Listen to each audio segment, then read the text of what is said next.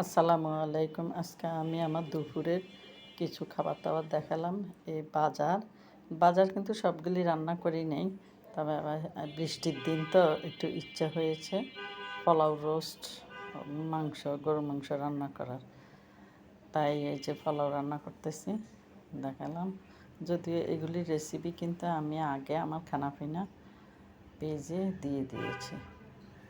এখন আমি রোস্টটা কীভাবে রান্না করলাম খুব অল্প সময়ের মধ্যে তা দেখাচ্ছি। তেলের মধ্যে পেঁয়াজ ভেজে তারপরে মাংসগুলি দিয়ে দিলাম। আদা, একটু জিরা, রসুন, লবণ সব দিয়ে একটু ওই তেলের মধ্যে ভেজে নিয়েছি। নিয়ে মাংসগুলি উঠিয়ে ফেললাম। মাংসগুলো উঠানোর পর ওই মাংসের ওই পানি বের হয়ে গেছে তেলের মধ্যে, ওগুলোর মধ্যে আমি কী করলাম, পেঁয়াজ বাটা দিয়ে দিয়েছি।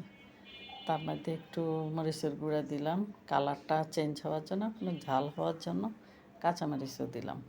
তারপরে 1 কাপ দুধ দিলাম, 1 পিস লেবুর রস দিয়ে মাংসগুলি দিয়ে দিলাম। এদিকে গরু মাংস রান্না করতেছি, এদিকে আবার সবজি রান্না করলাম 5-6 রকমের সবজি।